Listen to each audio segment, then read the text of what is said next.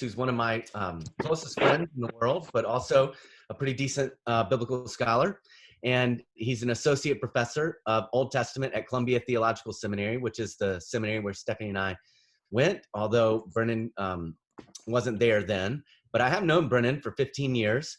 We met as graduate students at Emory University and became fast friends. He attended Stephanie and I's wedding, and we've been really, really close friends ever since, and have worked on a number of projects together, including on Ecclesiastes. And he has worked most of his work has been in what is called the history of the use and impact and influence of the Bible, which is really exciting research, not so much about what did the Bible mean way back when in one point in time, but what has the Bible continued to do in the world ever since it first started circulating in these scrolls and texts from ancient days. So we're very excited to have him here. He is participating in forming pastors who will be working mostly all over the Southeast in the Presbyterian Church, although folks in other denominations as well at Columbia. So he's an important part of our larger PCUSA, even if he is an Episcopalian, which we forgive him for that. And we're happy to have him this morning, and he's going to talk to us about Exodus 13 to 18. So Brennan, thank you so much for being here. Well, thank you all for having me. And this is, I love meeting with people to talk about the Bible, and just seeing so many of you gathering on Zoom on a Sunday morning. Just be able to chat about this text. It warms my heart. So thanks. And by the way, I just should say I grew up in Denver. So when I moved to the East Coast, I missed the mountains more than anything. And the only place that I found in the East Coast that even comes close to looking like a beautiful mountain spot to me, based on my experience in the Rockies, was the Smokies, right around the area of Boone. It's just the most beautiful place on the East Coast that I can imagine. And so you all, I know it's a difficult time for everyone, but having those views must be at least a bit of a warming of your heart in the midst of that. I get to look at Atlanta, which has its ups and downs. So in any event, but thank you again for having me. And my plan for today is to talk about three different things. It sounds to me like last time you got up about to the Passover, and that seems to be a really important piece of this text, but also continuing Jewish tradition. So it would be good to talk about Passover a bit. But I want to spend most of my time talking about the sea crossing in chapters 14 and 15, simply because that's what most people mean when they say the Exodus is the actual sea crossing event. And it is the kind of moment of the liberation of Israel. But then we can also move into the chapters 16 through 18, where the focus is on kind of God's continuing provision for a people who have been newly liberated. What is that like? What do they need?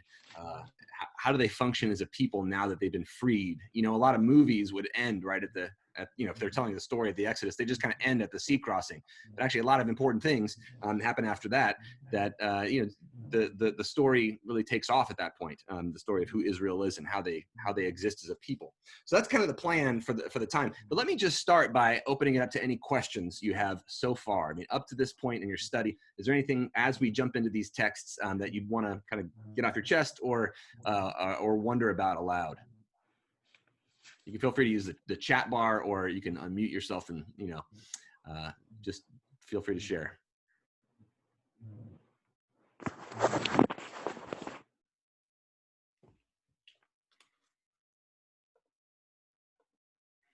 We all know the story of the Exodus well, I suppose. All right. Well, if there are any kind of burning questions, feel free to bring them up. You can also just kind of feel free to try to interrupt, or I've got the chat bar open on my screen. So if you have something to chat with or a question, you can bring it up and I'll try to address those as we go along. But so for me, the Passover is kind of an easy thing for Christians to skip over to get to the sea crossing event. But it is actually really important. In terms of the story itself, it's the culmination of the plagues, right? And perhaps you addressed this story, this question last week or the week before, but why does God even need to do these plagues? Why can't God just snap the divine fingers and make the Israelites just leave, or like just change Pharaoh's heart to be happy that the Israelites are going to leave, right? There's this refrain that keeps going throughout the book of Exodus, which is that God doesn't just want to liberate these people, Israel. God wants to instead do something that's going to show God's glory. And the word that's used for that, God's going to show the divine glory. It's almost like a coming of age story of God. I know, which sounds strange to us, but if we imagine in the ancient world, lots of people believed that there were many different gods out there. And there was a question even in Israel. It takes a long time to develop a theology of like monotheism, or that there's only one God. It's actually a kind of complicated philosophical position.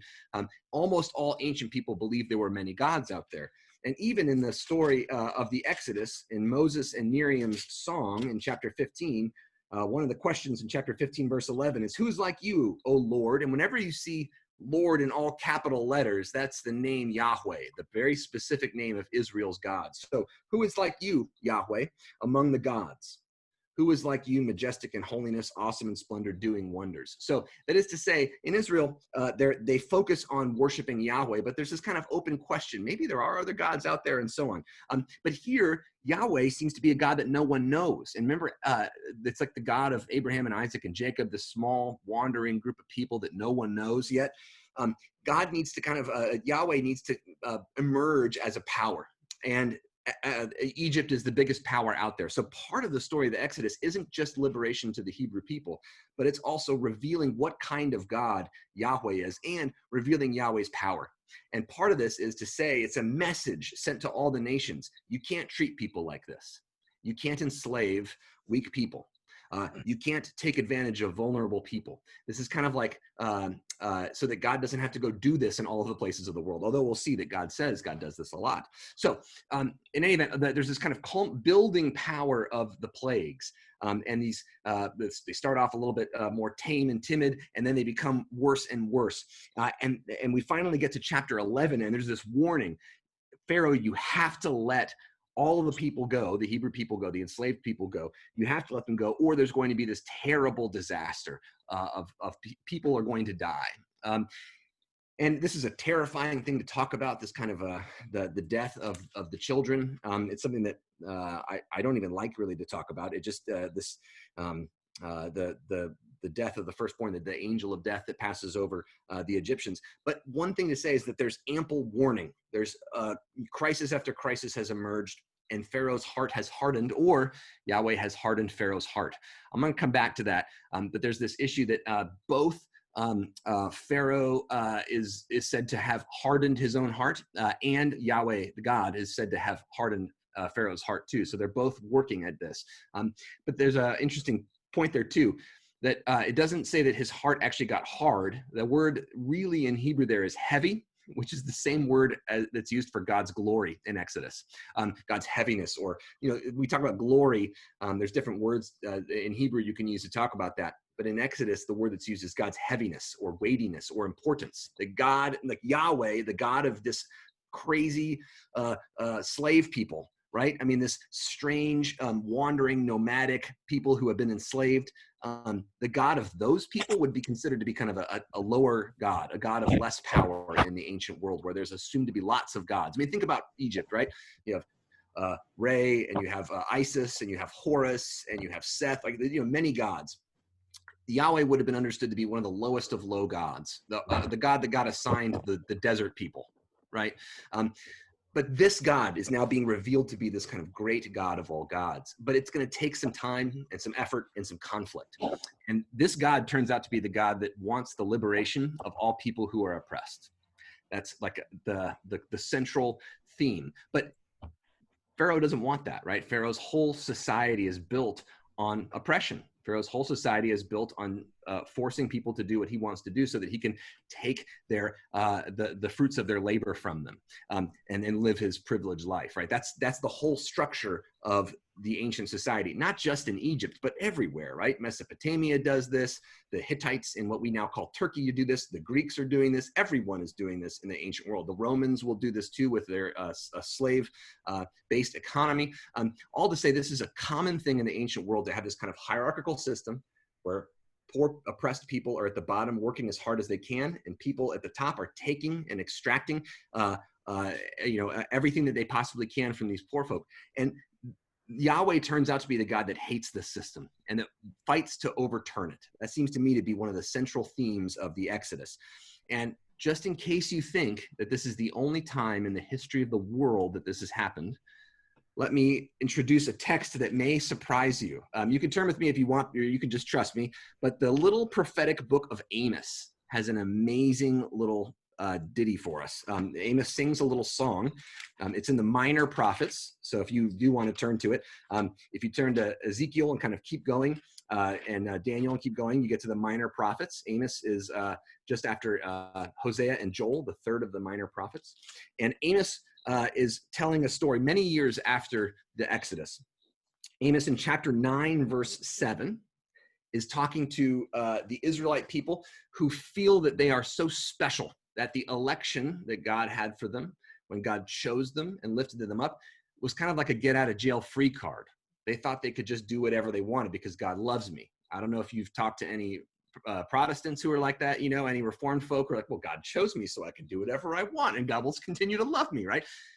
That kind of thinking happened in the ancient world too. That since God chose me, the God of the universe chose me, now I can be at the top of the pyramid hurting other people. And the continual story in Israelite history is that God tells those people no. God didn't choose you because you were special.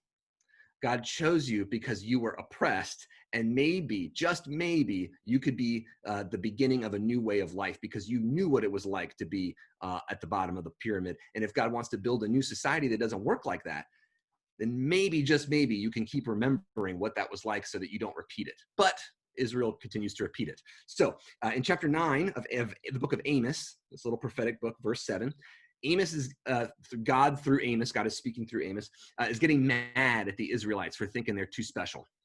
And Amos says, "Are you not like the Ethiopians to me, O people of Israel, says the Lord? Did I not bring Israel up from the land of Egypt, and the Philistines from Caphtor and the Arameans from Kir?"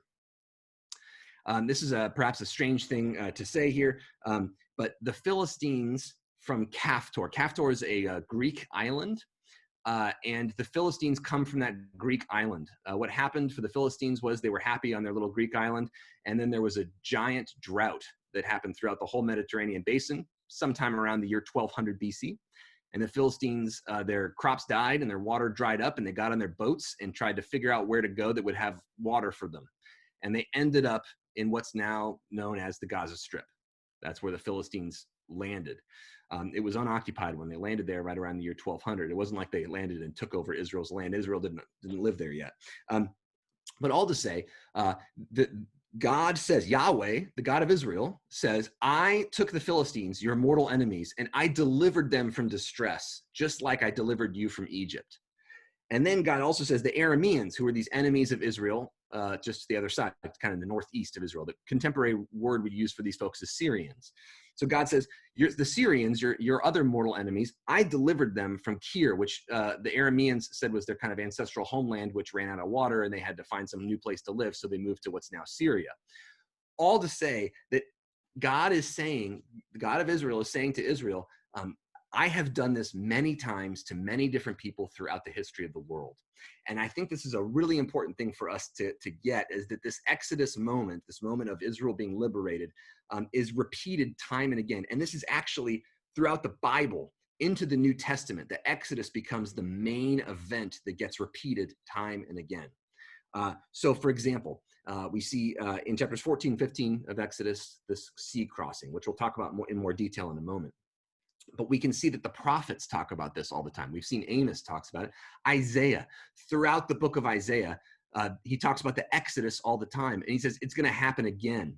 He talks about the Babylonian exile, which was when Jerusalem falls and the people are taken in captivity to Babylon.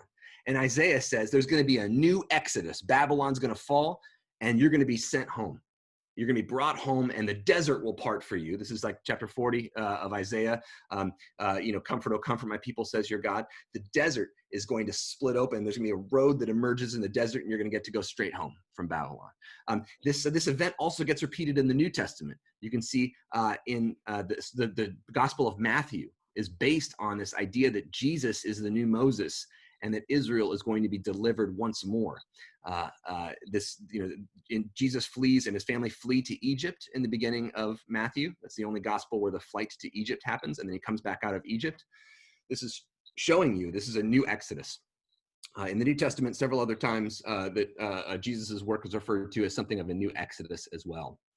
So just to say, this is the paradigmatic event of the entire Bible.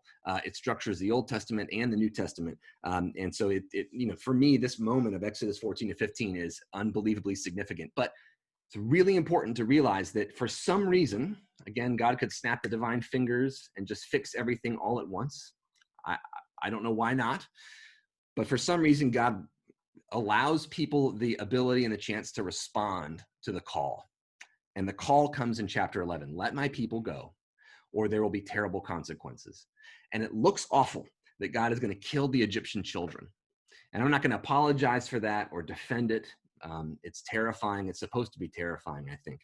But the point is that there have been many chances given to Pharaoh to change on his own, or to change at lower levels of consequence. And he continues to say no. And then eventually there's this moment of terror. That's the only thing that will make Pharaoh let go. You can think of other moments where there are people who will not say no, who have the chance to say no, but they continue to fight and struggle against good. Paradigmatic example of that is kind of Adolf Hitler, right? Who was given many chances. He knew he was going to die. He knew he was going to lose, but he continued to fight even until he killed himself in the bunker. All to say that people in positions of power who exist on taking from others and oppressing others, they often have all these chances to change and repent, but they continue to choose evil. So this Passover moment is a moment to remember that chances have been given, but ultimately God won't let human stubbornness get in the way of rebuilding the world.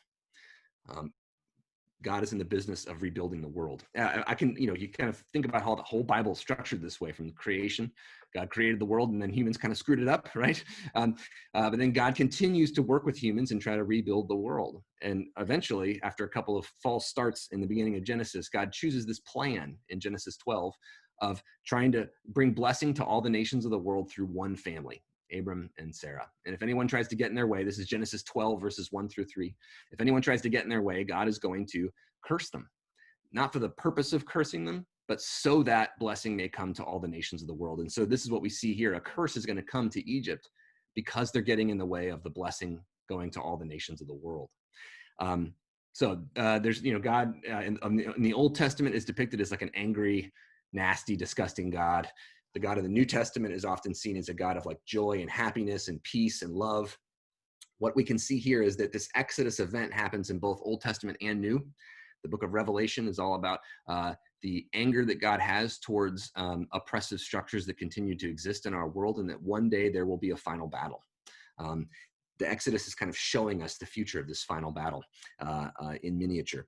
So all to say, the Passover is about, it's a ritual meant to show the angel of death who is going to begin this work of liberating Israel, to show them the angel of death, the houses where the Israelites live, so that they are passed over or skipped over, so that they can live in peace. And the part of the ceremony is having this lamb. I won't get into this now, but the ceremony changes over time from this kind of, in chapter 12 of Exodus, is this hurried meal that people are eating in their own homes, kind of like ready to go with a staff in their hand and so on.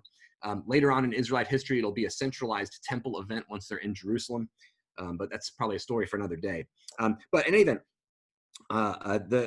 once they eat the Passover, there's the horrifying event of the death of the firstborn in Egypt. There is a consecration of the firstborn in Israel. Part of these firstborn are understood to become like the tribe of Levi is going to take over the role of the firstborn of Israel, and the priests and the holy people in Israel are going to end up kind of taking that role of being people consecrated to God's service. But for now, one thing to point out is in chapter 12, verse 30, that Pharaoh arose when he learned that everyone, the firstborn children were dying in Egypt. There was a loud cry in Egypt, there was not a house without someone dead. That word cry is a really important one. It's the cries of the Israelites rose up to God's ears in chapter 2 of Exodus. The oppressed Israelites cried out in terror, and God heard. And this is a really important refrain throughout all of Scripture. The first prayer word in the entire Bible, if you start in Genesis, is chapter 4 of Genesis. I mean, Adam and Eve talked to God, but it's not spoken of in terms of prayer. It's just the word say. Adam speaks to God.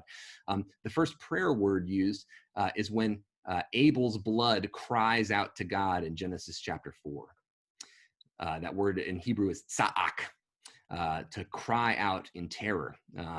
And usually it's directed at God. And God hears that voice of Abel's blood crying up out of the ground. This is a cry of people who have been hurt. And God usually hears this sound. In the beginning of Exodus, when God hears the cries of the Israelites who have been, and the Hebrews who have been oppressed, God then gets to work and starts to plan. Here, there's in response this cry from the Egyptians, but there's no mention that God necessarily hears this. But one wonders if all of a sudden they have turned from the oppressors to people who understand what it is to be victimized then. But all to say, they have their ceremony. The Israelites have their ceremony of the Passover with the lamb and the blood painted over their doors, and then they get ready to go, and God goes with them. So in chapter 13, at the very end, they leave and they get to the what's often called in Christian circles, and at least the Red Sea.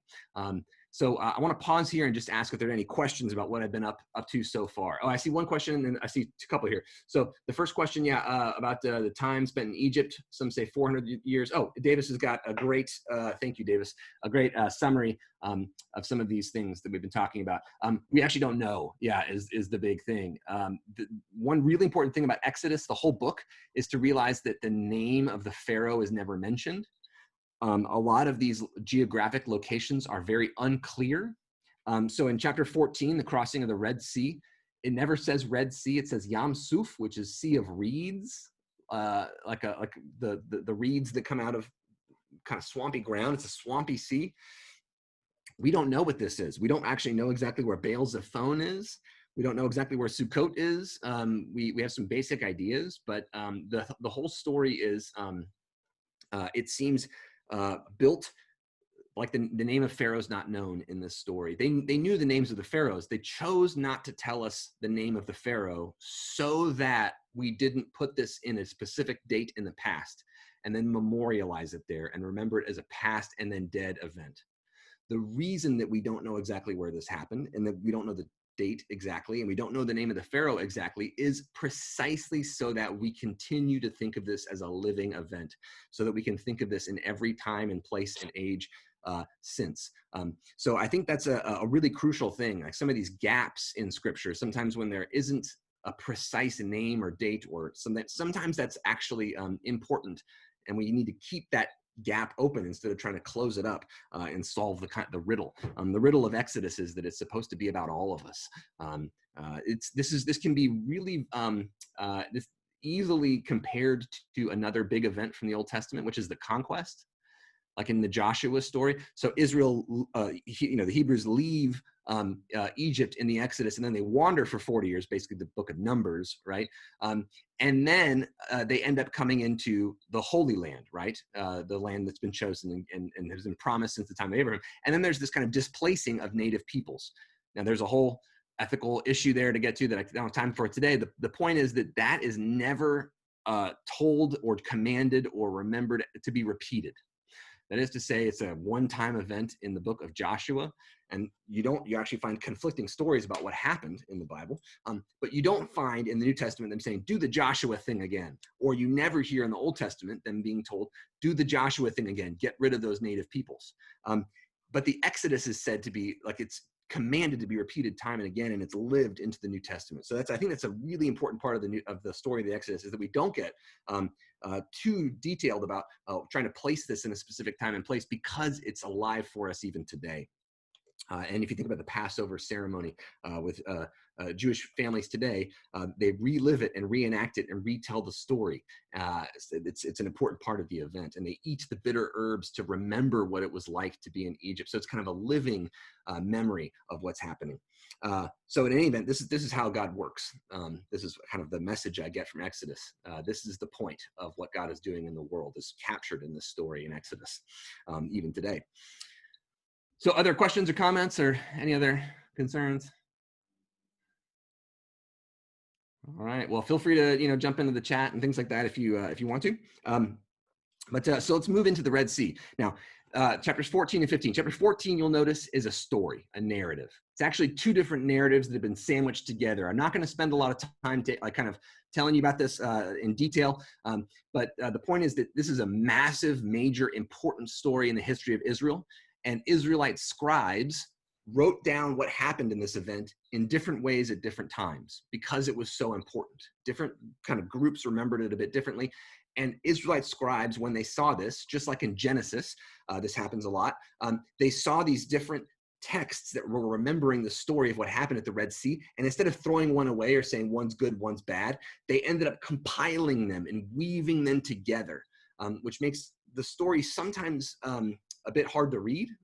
Just like if you read the story of Noah, remember the animals go in 2 by 2, and then a couple verses later, the animals go in. Some of them are 7, some of them are 2. There are a couple of bumpy parts in the story because there are different important versions of the story that have been compiled and remembered together. And then in Exodus 15, you get a poem about this. It's a song. Miriam and the women with her sing the kind of chorus of it, and Moses fills in some verses. There's some kind of historical concerns here about which came first, Miriam's song or Moses's. But all to say, it's an older, it seems, archaic kind of poetry remembering this event. And all three versions tell the story in a slightly different way. But the point is, in all of them, that God did the work, that Yahweh, the God of the Hebrews, saved the Hebrew people from the oppression of the Egyptians. But so at the beginning of chapter 14, we get lots of, I'm sure you covered this in previous weeks, but the book of Exodus is written in this amazing way where there's all this really dense foreshadowing. So at the very beginning of the book of Exodus, right, Moses is put into a basket and floated down the water to save his life, right? It's a basket made of reeds. Like the Sea of Reeds is the sea that they're about to go through. And there will be a way made in the water to preserve the life of the Hebrew people, just like at the beginning of the book, there was a way made in the water to preserve the life of Moses, who was being given up because Pharaoh thought his life was worthless or even dangerous, right? So, there's all these parallels that happen. But there's a great kind of summary of why God is doing this thing in verse 4. So the Israelites are told to kind of wait by the water and wait for the Egyptians to come to them, like they're tempting the Egyptians to come get them. Dangerous strategy, right? Because the Israelites don't have like weapons and things. Like they're people who have just been recently liberated from slavery, and they are now going to face the world's strongest army, just standing there by some water, right? Doesn't sound like a smart idea, right? However, God wants to bait the Egyptians. In verse 4, I will harden Pharaoh's heart. And like I said, that's making Pharaoh's heart heavy.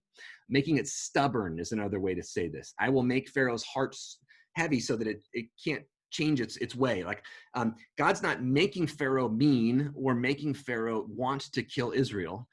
God is just making sure that Pharaoh doesn't change his mind at the last minute.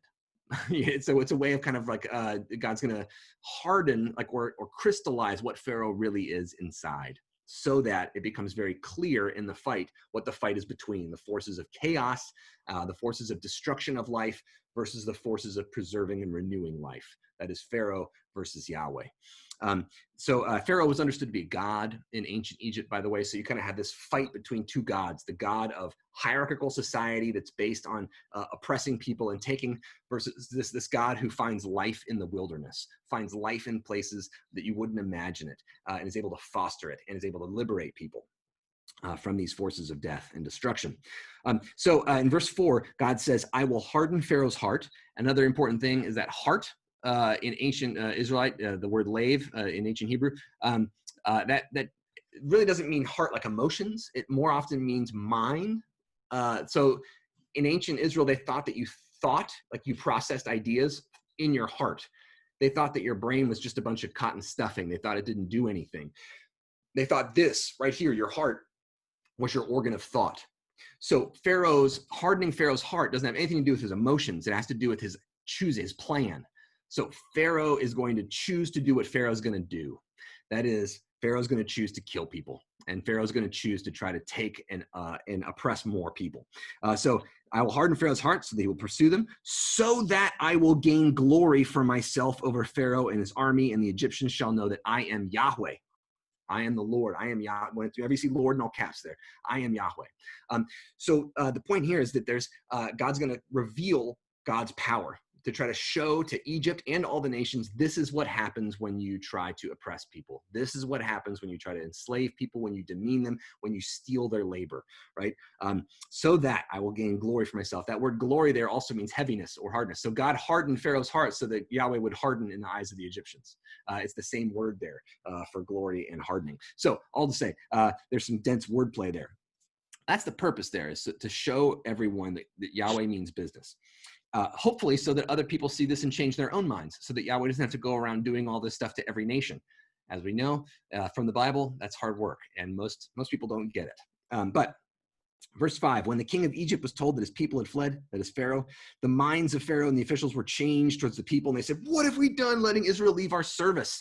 The slavery, right? They want to enslave them more. And this is the choice that Pharaoh has. Do we let these people go, or do we try to control them more and try to get back our power over them? I see there's a question, yeah. Would you say that God is allowing Pharaoh to exercise his free will? Or as C.S. Lewis said, one either says, thy will be done or my will be done. So God let Pharaoh choose. There's a really complex interplay. I think it's a great question. There's a complex interplay, I think, in this story and in many in the Bible, where there is some room given to humans to choose and do things, but there's also a declaration that there is providence, that God has oversight over creation, and that God has this kind of larger plan. So both of those are mysteriously at work here, and I would say in all of these texts of the Bible. But there does seem to be some way that, like, Pharaoh is given opportunities to choose, and then there are other opportunities where Yahweh says, I'm going to kind of can make Pharaoh in a way, not force, but I'm going to make sure that Pharaoh continues to do what Pharaoh's been choosing to do. So there's again, but I do think there's a way to say yes, that Pharaoh is in himself choosing to continue. It's kind of path of least resistance, right? I don't want to remake my society so that, like, we can't just steal these people's time and efforts and labor and force them to do what we want to do. I want to keep doing that. So that's kind of the way I see it. Maybe more like habit than anything else. But in any event, great question. And I think this is a question for all of us too. Where do we have moments of what we call agency or choosing? Where do we have moments where we're kind of shaped in a way by a structure or a system? So great question. And then in verse 8, the Lord Yahweh again hardened the heart of Pharaoh, the king of Egypt, and he pursued the Israelites who were going out boldly. So that was making Pharaoh so mad that these people were, kind of choosing to go. The Egyptians pursued them, and then they stopped by the sea. So there's this huge confrontation that's about to happen. The Israelites are hemmed in by a sea, and the world's largest army is just kind of rolling up on them with chariots and everything, which, think about tanks kind of in the ancient world. That's what chariots basically were. And then the Israelites in verse 10 cried out to the Lord. That's that same crying language I told you about at the beginning of Exodus. Same crying out language with Abel's blood. They cry out, and guess what? Yahweh hears and responds and works. But the people say to Moses, like, they make a bunch of jokes, kind of like, this is awful. I hate this. Like, why aren't we back in Egypt? It was great then. The people will continue to do this. For now, what's important to see is that the people complain, and Yahweh doesn't respond and say, this is awful, you're awful, don't complain. But also Moses doesn't tell the people, shut up, don't complain. Moses just says, responds in verse 13, do not be afraid. And this is a really crucial phrase in ancient Hebrew. And you'll see it throughout the Old Testament and into the New, where it's translated into Greek. But do not be afraid is what a prophet says when people are about to be delivered. This is the beginning to an oracle of salvation. Just like once upon a time is the beginning of a fairy tale, do not be afraid is the beginning of an oracle of salvation, a word of salvation from a prophet, a prophecy of salvation. What's important about that, do not be afraid, is there's two different ways to say do not in Hebrew. One means never, and one means just not now. So like if I tell my kids, never touch a hot stove, that's one way.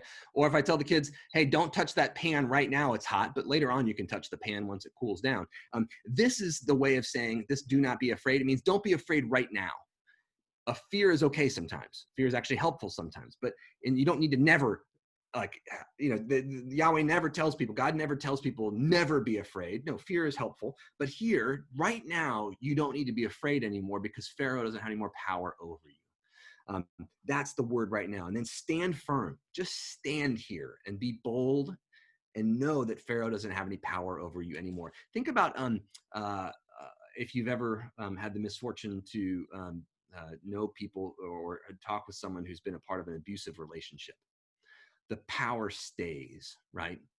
There is a power that even the name of someone can exercise over someone else. And here there's this kind of word of freedom.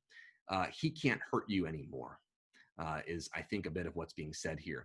A lot of us, beyond personal relationships with people, live in kind of abusive systems that we just think have to happen this way. The world can't keep going. The world can't exist if we don't have this pattern of burning fossil fuels and stuff, right? In a way, that's a bit of an abusive relationship for us in the world. We're hurting ourselves in the long run, but we're hurting the world too. We can't imagine there would be any other way to live. But God is a God of making ways where we think there is no way, by telling us, you don't have to be afraid of that anymore, of kind of this moment of breaking the cycle. And that's what's happened here. These people believe, and they continue to go back to the moment of saying, in Egypt, we might have been slaves, but at least we had food every day. We didn't have to trust that God would help us with food, right? That's part of an abusive relationship, to say, well, he hurt us, but at least he gave us something. We felt safe there because we knew it.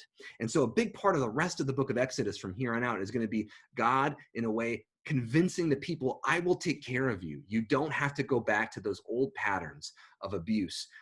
There's a new way to live. You got to trust me, though, and you got to step into it. It's going to be uncomfortable at first, but if you trust me and if you work at it, it's going to become the new normal. So in any event, any way of transforming our world is going to be uncomfortable for us. It's going to make us feel strange. It's going to require some trust. But eventually, God can transform things for the good. So do not be afraid, stand firm, and see the deliverance. That is the redemption. God is going to save us. This is the same word translated into Greek that's going to be used in the New Testament to talk, at least in some ways, about what Jesus does, that Jesus saves us, delivers us, brings us out of these forces, the enslavement to the forces of evil. This is a huge way that the New Testament understands what Jesus actually did at the cross and with his resurrection. So the Lord will accomplish for you today. So do not be afraid, stand firm, see the deliverance that the Lord, Yahweh, will accomplish for you today. You don't have to do this.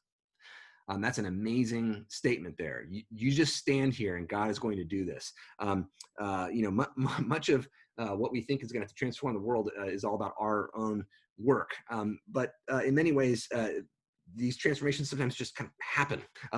And it takes trust and people staying with it and doing what they can, like Moses. Moses here becomes a preacher. Moses is just preaching to people. Trust in God. It's going to happen. It's going to work. But for it to work, you have to trust in it.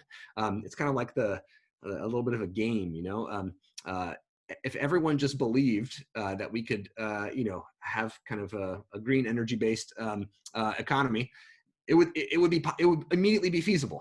But we kind of all have to believe it first for it to be able to happen. So all to say, and in the same way that if someone doesn't believe that they can live outside of the bounds of an abusive relationship, maybe they won't leave. But if they just believe it, that's the thing that's needed for them to be able to move beyond. So God is a God that works with and through people's faith.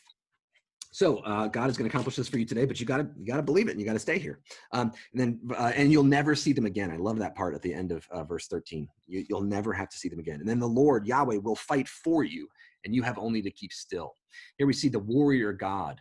This can be abused. This image of God can be abused by people. Lots of people in positions of power see God as a warrior God who's going to fight for them. This is a temptation. But notice in the Bible, when God is a warrior God, as God is pictured as a warrior God, it's always on behalf of the vulnerable and the weak. If you have an image of a warrior God who's going to fight on behalf of the strong, on behalf of the proud, on behalf of the wealthy, on behalf of the elite, that's not what we see in the Bible. The only thing we see in the Bible is God fighting on behalf of the vulnerable. And when there are laws that are made just after this, it's a world historical moment that the laws that Israel gets, you can read every law code from the ancient world. You will never come across a law code that even mentions the vulnerable or the weak as a class of people who should be preserved or protected in some way. The orphans, the aliens, the wandering people who come among you. In the book of Exodus, the laws that are given, they focus on the poor and the vulnerable. Just for a second, I know you're going to come to this, but if you turn to Exodus chapter 22, verse 21, in the laws that they're about to get, it says, "You shall not oppress, wrong, or oppress a resident alien, for you were aliens in the land of Egypt." And you see how God chooses these people because God can then say to them, don't treat anyone else this way. So this becomes the remembering the story of the deliverance from oppression in Egypt is important for all of us, even if we aren't born into a Hebrew family, right? It's important for us that we draw our identity here, because then we remember what it was like to be a wandering alien, somebody who had nothing and was vulnerable and was lived only due to the good graces of others. So you shall not wrong or oppress a resident alien, that is a wandering person. For you were aliens in the land of Egypt. You shall not abuse any widow or orphan. If you do abuse them, when they cry out to me, I will surely heed their cry. And that's that same word we saw in the cry of the Israelites, the cry of Abel's blood, the cry of the Hebrews when they're standing there on the shores of the sea and they see Pharaoh's army coming at them. The vulnerable people are at the center of the law documents that are given to ancient Israel. And this is unique among ancient peoples of the world. You won't find it in any other law document of the ancient world. All to say, this is a class of people legally that is produced, it's like invented for the first time here in ancient Israel. And this is the core of what Yahweh is all about. This is what God has been doing in the world since day one, and what God continues to do. So then in verse 15, the Lord said to Moses, why are you crying out to me? In a way like Moses is crying out too. And then Yahweh's like, you got something to do, right? This is a slightly different kind of version of the story in the ancient world, but Moses does something. He's got the staff, and people point out this might be part of a priestly version of this story. Like he's got the staff, he like hits the staff in the water and something happens. A lot of ritual here. I'm an Episcopalian, so this is my part of the story right here. You Reformed folks, maybe you like the other part where there's just preaching and then the waters move, but whatever. But anyway, so here you can see that this staff, Moses is going to touch the staff and the waters are going to separate in a way, and then close on the Egyptians in some way. So then in verse 21, Moses stretched his hand over the sea, I guess with the staff too. The Lord drove back the sea with a strong east wind all night. Notice this, like in this version of the story, there's kind of this all night movement. A lot of times in the Charlton Heston version, right? He puts down the staff and the seas merge. Here in Exodus 14, it takes a long time for the wind to blow the sea. And then the waters were divided and the Israelites went through the sea on dry ground. Really important thing here, and I'll kind of I'll mention a couple of things after here, but I'll probably have to wrap up in a minute. But really important thing to recognize here is that this is an ancient creation story. I know that doesn't sound like it. There's no the fish aren't being created here and so on, but it's really important to understand what Exodus means. In the ancient world, we've got versions of ancient creation stories from Egypt, ancient creation stories from the Ugaritic people, the Canaanite people. We have ancient creation stories from ancient Mesopotamia, the Babylonians, the Assyrians, the Akkadians, all these people who lived within this world in which Israel was kind of a latecomer. Israel, emerged in the midst of a culture that was rich and thick and deep, full of history. And in that culture, there were lots of creation stories, and almost all of them have a very similar pattern, which is interesting. And the world begins with chaos. If you think about like Greek mythology too, it follows the same pattern. There's Kronos and kind of the Titans and so on. It's kind of time of chaos and monsters. And then there's this moment of order. And in order to get the moment of order that really begins the world as we know it, as humans know it, that's inhabitable and so on, there has to be a moment of struggle and fight. Zeus has to fight Kronos. Or if you're talking about the Canaanites, they had a story that the god Baal fought against Tiamat, the sea monster. And if you're talking about the Babylonians and the Assyrians, they had a story that their god Marduk, the Babylonian god, fought against the forces of chaos and cut the monster up. Tiamat cut the monster up and kind of scattered it and created the world with it. So creation stories begin with struggle and fight. This is a way of saying the whole world is based on violence. That was the ancient way of understanding the world. It's based on violence. It's always been violence. It will always be violence. If you look at the stories in the Bible, it starts with the story, Genesis 1, where there's a sea, but it's not chaos. It's like kind of the basis for creation, the Tehom, this kind of abyss at the beginning of Genesis 1. That God doesn't need to kill anything to start the world. Genesis 2 does that too, and a slightly different version of the creation story. We actually find other creation stories in the Bible, like Psalm 74. These other ways of talking about how the world emerged, like Proverbs chapter 8, verses 22 through 31.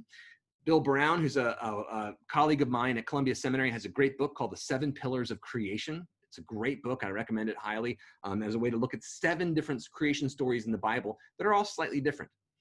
Ancient people weren't scientists. I'm not a scientist today. So these are poems written for lay people like me, or ancient Israelites who don't really know much about science, but it's a way to tell us about the truths of the world. Who created it? Why is it here? What's the purpose of it? Is it good?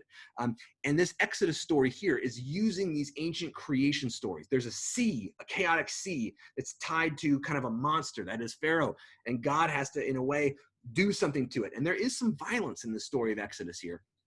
But just to point out that it's the dividing of the waters of chaos and giving a dry land for people to find a new life through. This is the power of Yahweh. This is the power of God. Other ancient Israelites understood this too. I won't make you turn here, but just Isaiah chapter 51 has a whole lot of amazing imagery about the people who have been put in Babylon in exile, finding a new way to life through these waters. There weren't real waters between Babylon and Israel. There's just desert. There's no water, in fact, but it's figured like that because the splitting of the sea in Exodus is a new creation. This is a new life, a new world that's being created for the Israelites, a new way of life. And that's what we Christians today are being invited into through the work of Jesus, is that we can participate in this Exodus event, even though we don't have biological lineage all the way back to Abraham or all the way back to Moses and Miriam. So all to say, this is kind of an ancient creation story that we can see kind of, and we talk about it today too, like I'm a new creation, is what Paul says, right? This is the possibility that emerges from God.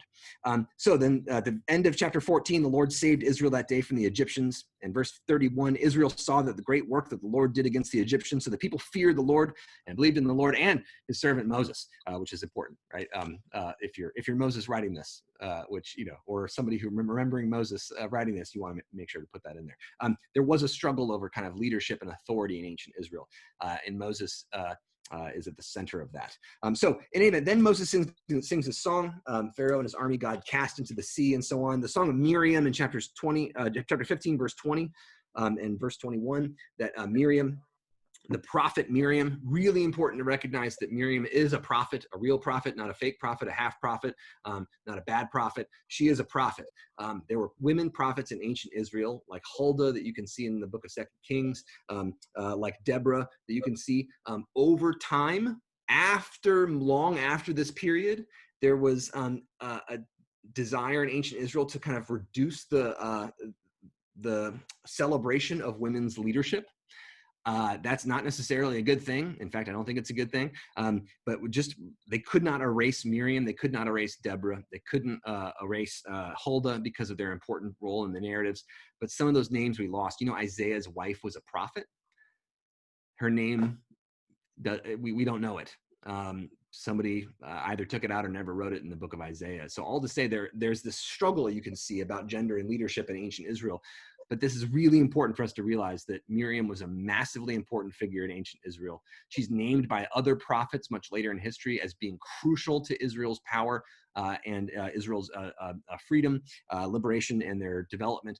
So, for example, in Micah chapter 6, she's mentioned along with Moses and Aaron as being one of the important three who begins Israel's story.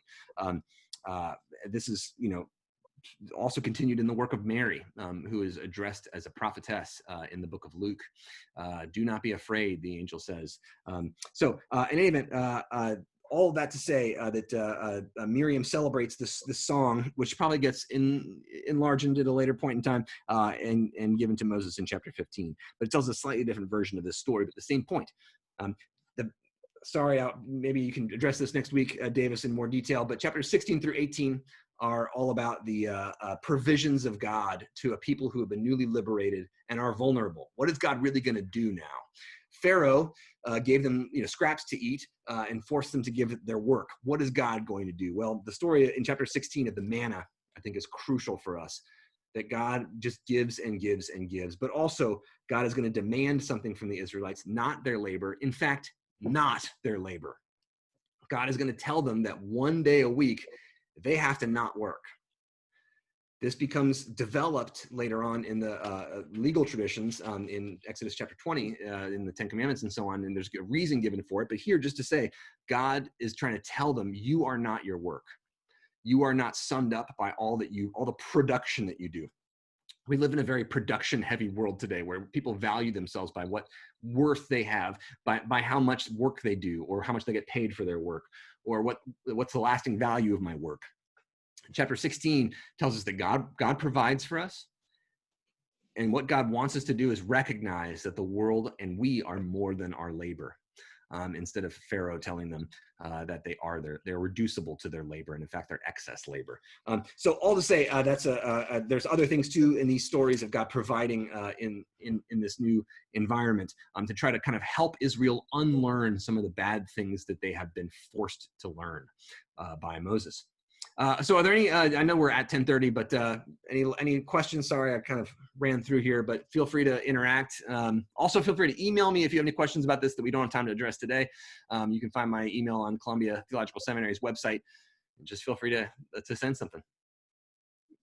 Questions or comments? Yeah, we certainly have time for a question or two. It is just 10:30, Great. but I think we can probably take a question if somebody has one. I explained it all perfectly, I guess. Yeah. I didn't speak quickly at all. That's good. Well, please do exactly as Dr. Brita said. If you have questions, feel free to email those to him. You could also send those to Davis or to me, and we could get them to him, certainly. I know you join me in saying thank you. I have pages of notes that I took, so thank you so much. Of course, my pleasure. And really Davis, do you have the way that you made so many connections for us through in other parts of Scripture and in what we've already read in Exodus. So thank you. Oh yeah, of course. And Davis, do you have a rebuttal? Do you want to clarify anything or come back at anything here? Oh, I've got next week, so I can tell them the truth. Oh, good. You can undo all the damage that I've done. Yeah. Good. Thank you very much. Brandon. Thank you so much you. for being with us today and for all My that pleasure. we had to learn. That was great. It was. Well, I'm so glad that you all are doing a sermon series in Exodus. It seems like it's a kind of a popular motif, but one that people often don't dive into, but it's such a rich text, and there's so many important pieces of it that get overlooked. So, yeah. You're a wonderful teacher. Thank you. Yes. Oh, well, I appreciate it. Thanks. Thank you so much. And everyone is welcome. We told Dr. Breed that he didn't have to stay for coffee and chatting, but everyone else is welcome to stay on the Zoom if you would like to just visit and catch up with one another for a few minutes. We'll do that till about 10:45 and then transition from Zoom to whatever platform you are going to participate in worship on. So thank you Well, again. Thanks, Thank Brennan. you. I hope you all have a lovely worship today. Bye. Thanks. See y'all. Bye. Bye. And you might be getting ready to watch. So, and yeah, all of it, anybody's welcome to stay on. I know some of you do this regular catching up on Sundays and some of you have not. This is just an informal time to check in and share how people are